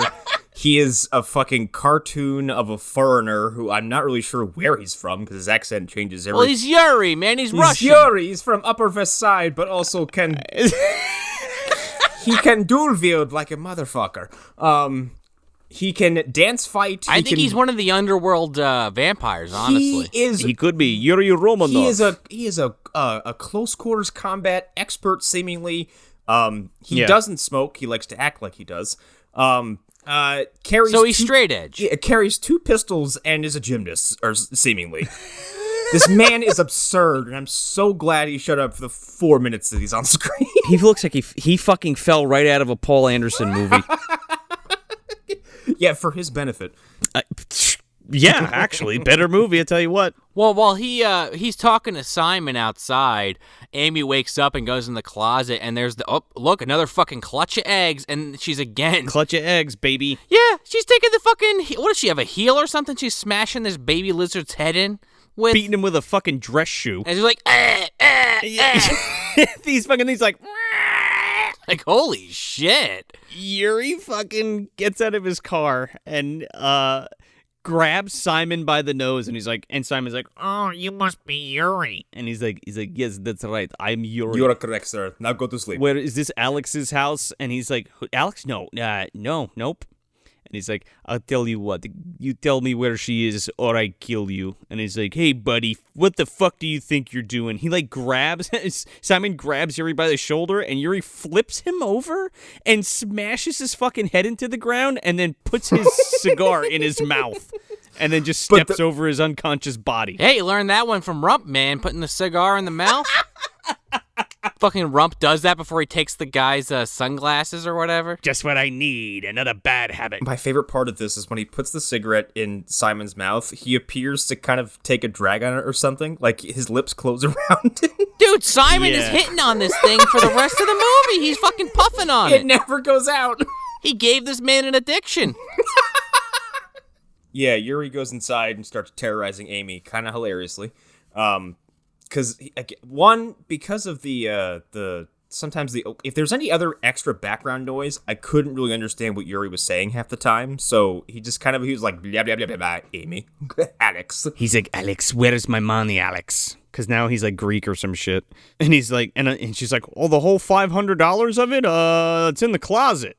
And then Marshall comes in. He's like, instead of shooting this man with the gun, he's like. He like has it like he's gonna hit him with it, and then Yuri pulls out a gun. He's like, "How about you put that down right now, or I'll blow your fucking face off." Joe, it's not a gun. It's not a gun. It's a pistol. Oh, it's a pistol.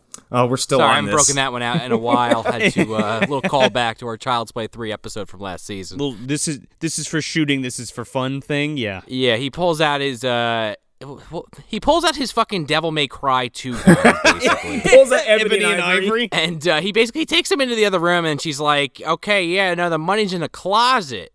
In the closet. Wink, wink. He's like, I think you have something wrong with your face, Amy, Alex, whatever you're calling yourself. He's like, you're being weird, but I will get my cash. He goes in there. He sees the gecko. He's like, is this some fucking joke? Yeah, he pulls them both in there. He's like, "Not what the fuck do you think this is? Some kind of yoke? Is Yuri a clown to you? Do you see me laughing? Where's my money?" And then I shit you not, the quick time event buttons start appearing on the screen, and it's just like he just starts firing at these fucking geckos. He kills about what 6, 7, 8 of these things. First, he throws them on the bed. He's about to fuck. He like hops on top of. He like straddles Amy, and he's like about to kill Marshall because she won't tell him where the money is.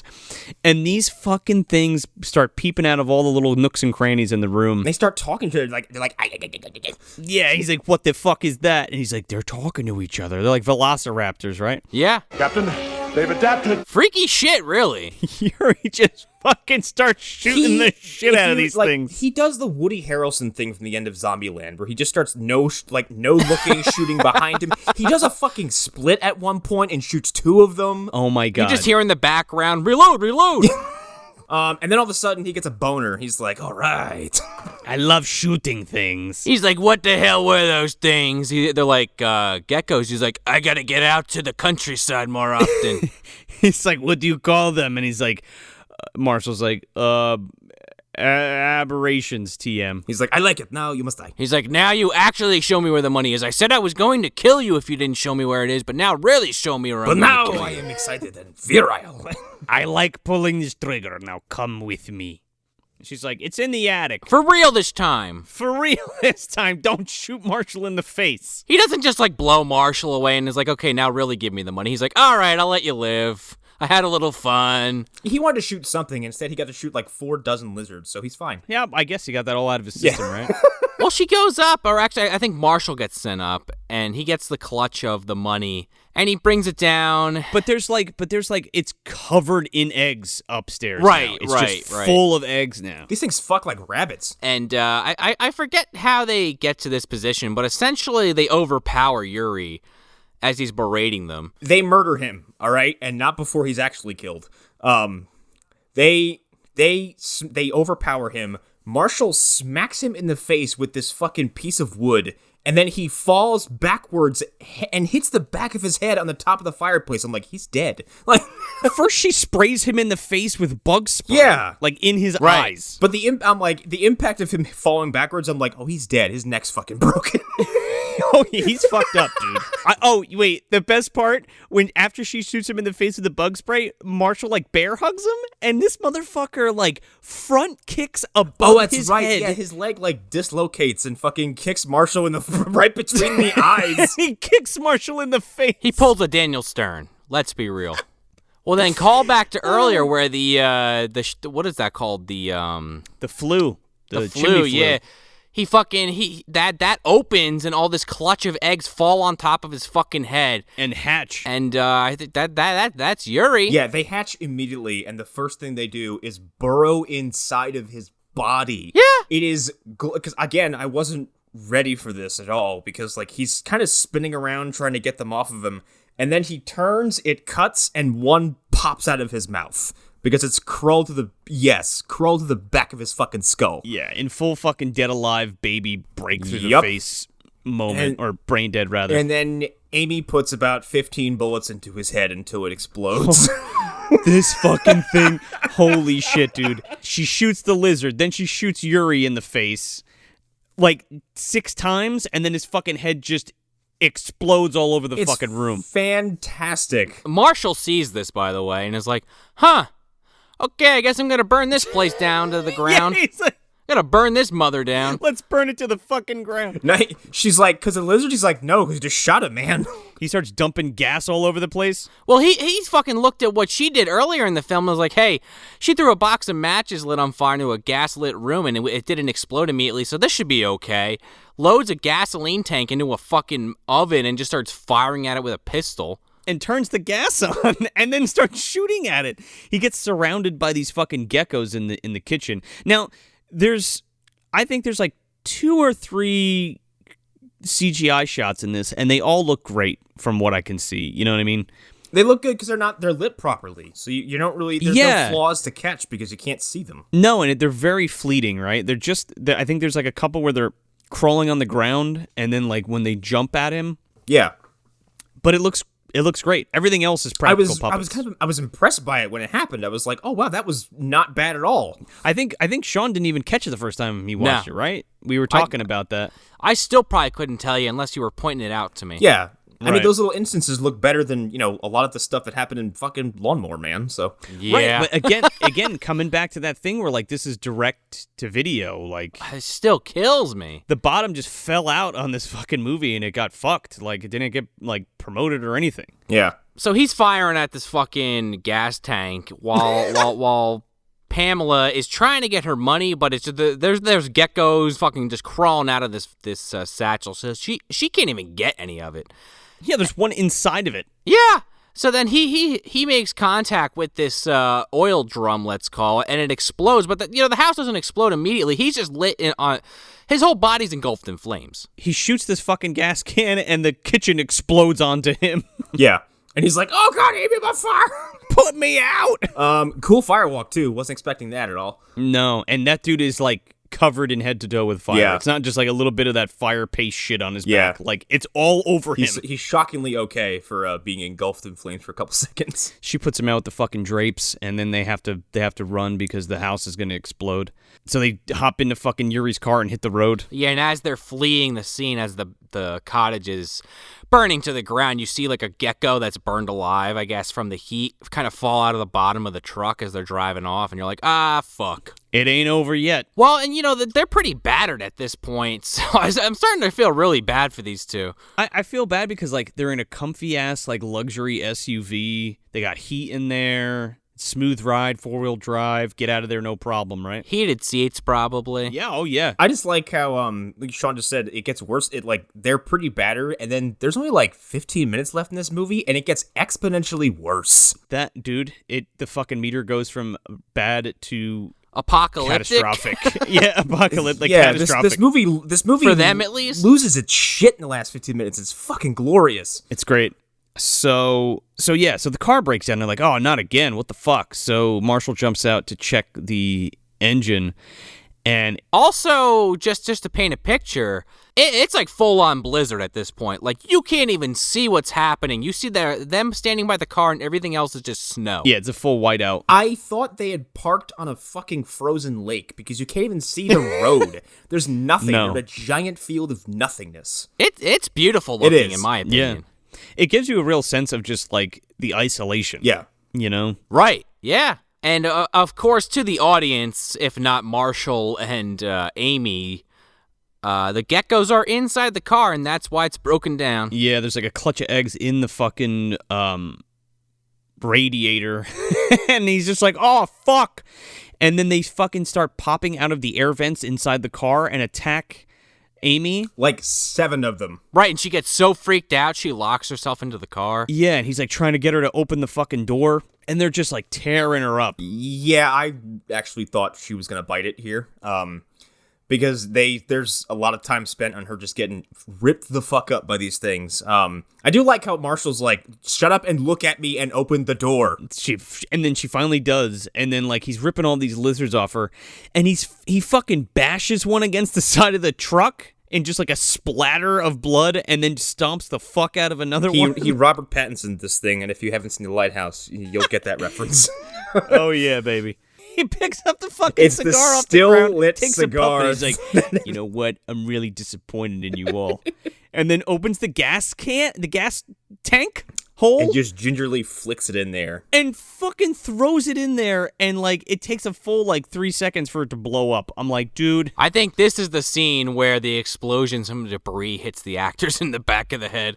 Oh my god. This, again, I was like, I thought someone was going to die for real, because they do show him jumping away from this thing, but now he could be farther away, but the way it's filmed with like a forced perspective, it looks like he's jumping about 3 feet away from this exploding car. But also, like, Amy's body is right there. It looks like it's like Right. it looks like it's like 5 feet away Yeah. when this fucking thing explodes, and it's another huge explosion. Like I put too much explosives in this car. I mean, if I'm in the, like, again, there's, from a film perspective, there's nothing in that fucking field. Like, there's nothing to take your eye away from it. So just, make it as big as you fucking can. Also, there's just something about like explosions with like a snowy background that just like enhance it even more. Yeah. It's a And this fucking thing is huge. Yeah. Another banger of an explosion. Yeah. So Amy like passes out, and he has to like pick her up and walk her into town. So he does his best Creature from the Black Lagoon and like carries her all the way to fucking Miller's general store. Dude, she looks like Luke in fucking Empire. Oh yeah, Ben. She's saying in the snow. She's beat to shit. Dig of a system.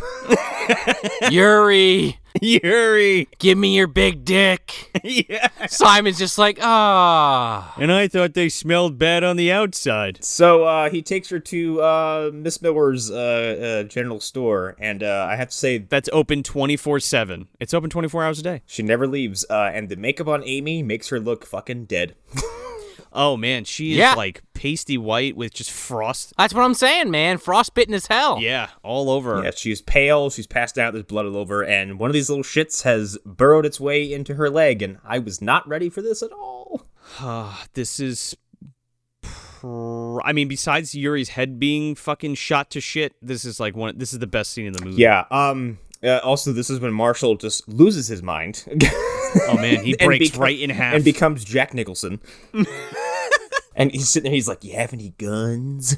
And she's like, I just no guns here. And he's like, what the fuck are you talking about? It's a sportsman's paradise. This poor old lady is just overwhelmed by all this insanity that is now inside of her store. She's like, what's happening? I'm going to call a doctor. And he's like, shut up and get me scissors. He's like, you got a gun? He's like, I'm not going to shoot her. I'm going to shoot this thing when it comes out. That shit had me on the fucking floor when he's like, you have a gun? She's like, what are you doing? He's like, I'm not going to shoot her. I'm going to shoot them. Calm down. Relax. He fucking sterilizes this giant pair of scissors and stabs this woman, stabs the fucking lizard through Pam's leg. Yeah. And then he's like, all right, this is what we're going to do. Because then this is when he asked for the gun. So then he has no gun, so he grabs a fucking shovel. And he's like, this is going to have to do. But yeah, doesn't he grab the tail and it raises, like spikes in the back of it and stabs him in the hand? Yeah, he fucking grabs the tail and he's like, all right, Miss Miller, when I tell you pull that fucking pair of scissors out of her leg. And she's like, okay. So he's got the lizard by the ass. She pulls the scissors out and then he pulls this fucking thing and it shoots spikes out of its back through his fucking hand. Captain, they've adapted. And then he ends up ripping it out of her leg and like throwing it across the store. And there's just this giant gaping hole in Pam's leg just shooting blood all over the place. It's And like that scene in Black Hawk Down when Josh Hartnett's like elbow deep in some guy's thigh. Oh my It God, is dude. horrifying. She fucking screams a primal scream and just passes the fuck out. It's fucking awesome.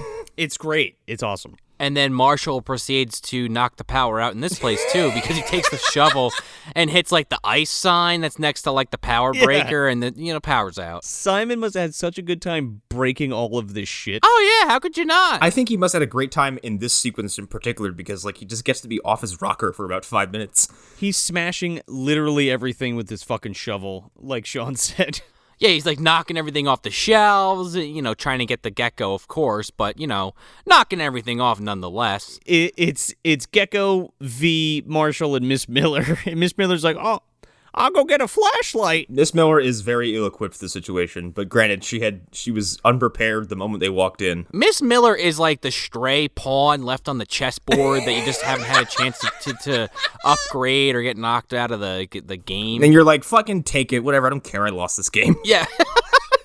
And she's like hanging out in the dark behind him, and he's like, all right, Miss Miller, we're gonna kill these lizards. And then she's like, and she's just getting fucking, one just jumps up and burrows through her fucking neck.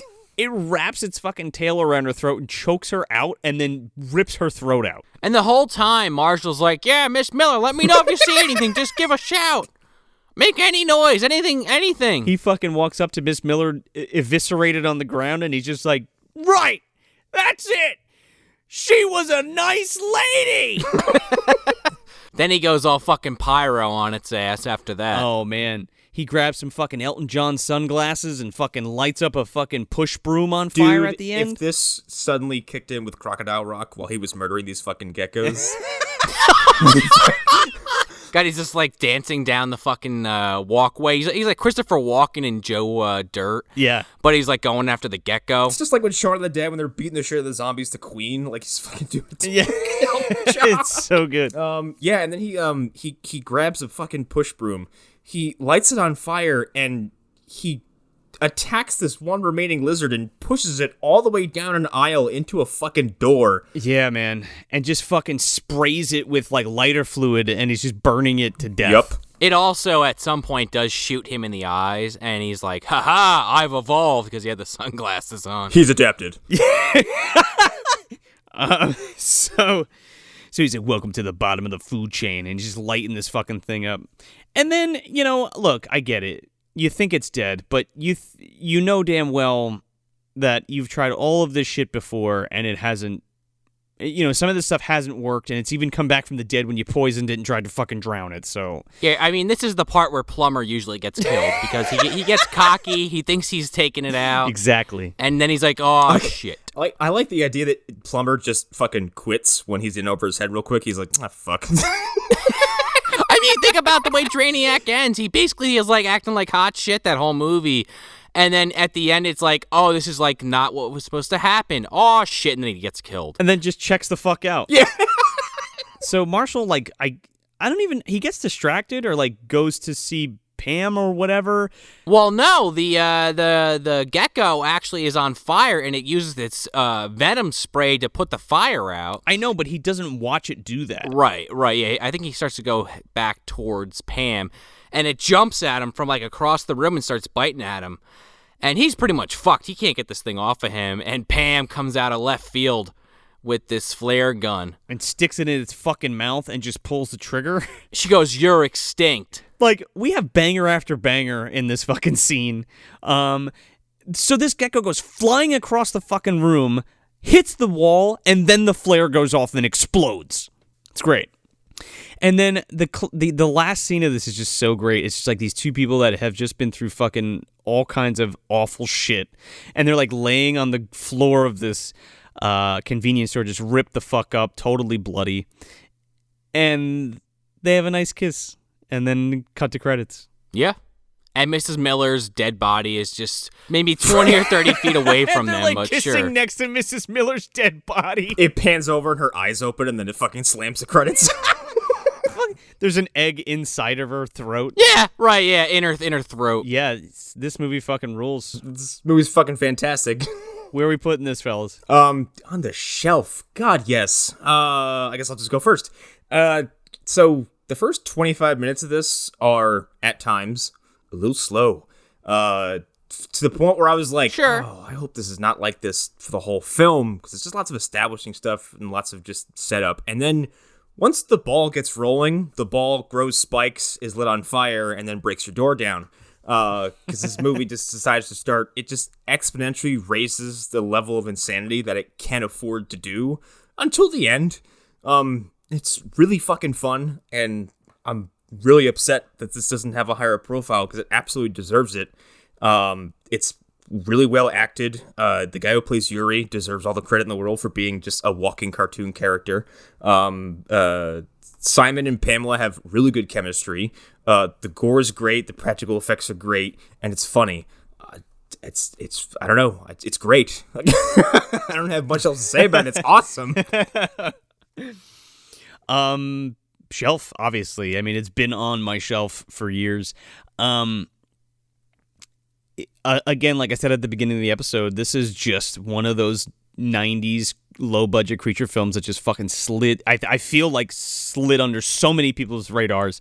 And again, like I said at the beginning too, like, yes, people have seen it. Yes, there are other reviews for it that I've come across, but I feel like not a lot of people know about this, and I cannot stress enough, go find a copy of it. I'm pretty sure it's on YouTube for free, the whole thing. That's where I found it, and I was going to add something else. Yeah. If you appreciate stuff like Slither, I think you'll love this. Yeah. Really any kind of little creature movie or like Nature Strikes Back kind of movie or anything like that. I mean, like Connor had already said too, like we got Weta fucking kicking up the effects in this, and they look amazing. The puppets are great. All of the gore is awesome. The CG is even on point. And I'm pretty sure all of that stuff was completed before like the fucking budget just dissolved and it dropped hands, because I believe Live Entertainment was supposed to put this out or had the rights to it. And then somewhere along the way, Artisan grabbed it and put it out on VHS. And then when Artisan dissolved, I guess those rights were bought up by Lionsgate. So Lionsgate owns the rights to this film now. And they better fucking put it out, or at least somebody, for God's sake, license this film from them. And again, like, if anybody's listening to this podcast that has the power to do that or knows the people to do that, let's talk. Hit us up. Send us a message, because I will gladly back this project, or us as a whole back this project to see if we can find this film, restore it, and give it a proper release, because it totally fucking deserves it. It is an unsung creature flick from the 90s that absolutely deserves the attention. I mean, I see a lot of shit get released lately, and it's cool that we have it, but this is actually one of those films where it's like, okay, not only is it cool to have it, but it's also like a legit great movie. And just because I don't think it got the fair shake that it deserved when it came out. So I think it deserves a second chance for sure. I fucking love this movie so much. Yeah, I mean, I don't know how much I can really add to what Joe and Connor have already said, because I pretty much agree. It's a shelf movie, easy. And, I think back to that story Joe was telling, how we watched this for the first time together, or at least, was that the first time you had ever seen it, Joe, that you remember? No, I had seen it previous to that, but it's the first time I saw it with you. Yeah, and we had watched that and Rumpelstiltskin. yeah, definitely. We watched them either like the same day, Rump in this movie, or like within a day of each other. It was the same night we watched this and Rumpelstiltskin, which is amazing that we've done both of them now on this show. Well, they're both great in my opinion. No, for sure, absolutely. And I was saying before we recorded this episode, I haven't seen every one of the movies that fall in this genre. Like, I haven't even seen every, classic, diehard recommended horror movie. But I've seen a lot of them. And I will say that this is probably one of my favorite, creature horror films probably ever. You know what? I was thinking about this before. It's an Ozploitation movie, I think. Kinda, yeah. It's right up there with all of Razorback and shit like that. You know what I mean? Crocodile Hunter Collision Course. Kinda. But the creatures are really cool. Like Connor and Joe were saying, the effects and the gore are really good. Like that fucking head explosion just is like, I don't know how you have effects that are this good and people do not know of this movie. Right. I mean, I'm sorry. I mean, maybe that's not like a high bar for a lot of people, but then Avatar made $10 billion. I don't know. Like, the story's really good. The characters are good. And I like the natural progression of, like, okay, you establish early in the film that these things are quickly evolving or adapting or aberrating, let's say. And as the film kind of comes to a close, it's like, no, it's not over the course of like a clutch. It's like they're just able to do this just from, science bullshit because the movie says so. Yeah. But you buy into it. It doesn't feel hokey. It doesn't feel tacked on. Because they don't try to explain it too much. They just give you a bunch of maybes. Right, and Simon kind of goes into that a little bit in the interview. But I like that. They don't over-explain things, and they make it believable. And I agree with Joe. Like, it would be cool to get this off the ground, even if purely on the standpoint of, like, we joke about taming the T-Rex, just to put some eyeballs on this and maybe get some people talking. But, yeah, easy shelf film. I would really be remiss to even kind of nitpick this. I mean, unless you really want to sit here and just say, well, it's a B movie. But listen, this was a B movie with a $4 million budget. I was going to say, I kept looking at that number going like, Jesus fucking Christ. Yeah, it just got buried. And just, I don't know what else I could really say. Shelf movie. Easy. Yeah, absolutely. I don't even think this got a proper premiere, if I remember correctly. I mean, on Wiki, this says the release date was September 11th, 1987, but it also says, in parentheses, Sweden. So, does that mean it didn't get a U.S. theatrical release? No, it definitely didn't. It went direct to video. Fuck me. And it got, like, no push at all. It said 1987 in Sweden? 97, yeah. 97. Yeah. Well, that's what I think. Like, I don't know. I think it might have been in theaters, like, in Europe. So, maybe. I don't know. I mean, it definitely had to have been in, like, Australia and stuff. But I feel like this film was made for the American market. I mean, obviously, it takes place in fucking Minnesota and, like, all of the Australian... The Australian actor has a shirt that says Minnesota on it. Yeah, but the Australian actor has an American accent. Yeah. It's like, okay, and Pamela Gidley's in it. Like, okay. Obviously, this was supposed to be a much bigger thing that just got strangulated. I mean, Dobby's in it, for crying out loud. I mean, when you hear Weta, right? Yeah. I don't ever think of anything bad. No. Not one goddamn thing. I'm sure there is, but I can't think of anything. And I think we're only 1 year off of The Frighteners. And in fact, I think The Frighteners came out in 96. So this came out the next year. So they're already making big budget movies. You know what I mean? I think this was just supposed to be something that was so much more than what actually had happened with it, but it's still a great film and it needs the attention. So definitely see it. And again, if anybody has any of those contacts, like, we'd love to talk to you and maybe we can figure something out. Or, if you're listening and you run those companies or know those companies, work for those companies, for Christ's sake, find the rights to this film, get the rights to this film, find the fucking negative, and let's get a proper special Blu-ray edition of this fucking movie because it deserves it. Oh my God. Sign me up. Yeah, sign me up. So that's it. That's Aberration from 1997, directed by Tim Bossell. Hey everybody, if you want some more bad movie goodness, you can check us out at moviedumpsterpodcast.com. Subscribe to us anywhere you listen to your podcast, and make sure to leave us a 5-star review if you dig the show, because it helps us get out of the bottom of the dumpster and into more eardrums. Yeah, and if you're on the social medias, you can follow us at Movie Dumpster on Instagram, Facebook, and Twitter. I'm Joel Escola. I'm Sean O'Rourke. I'm Connor McGraw. Thanks for visiting the dumpster. Not her too.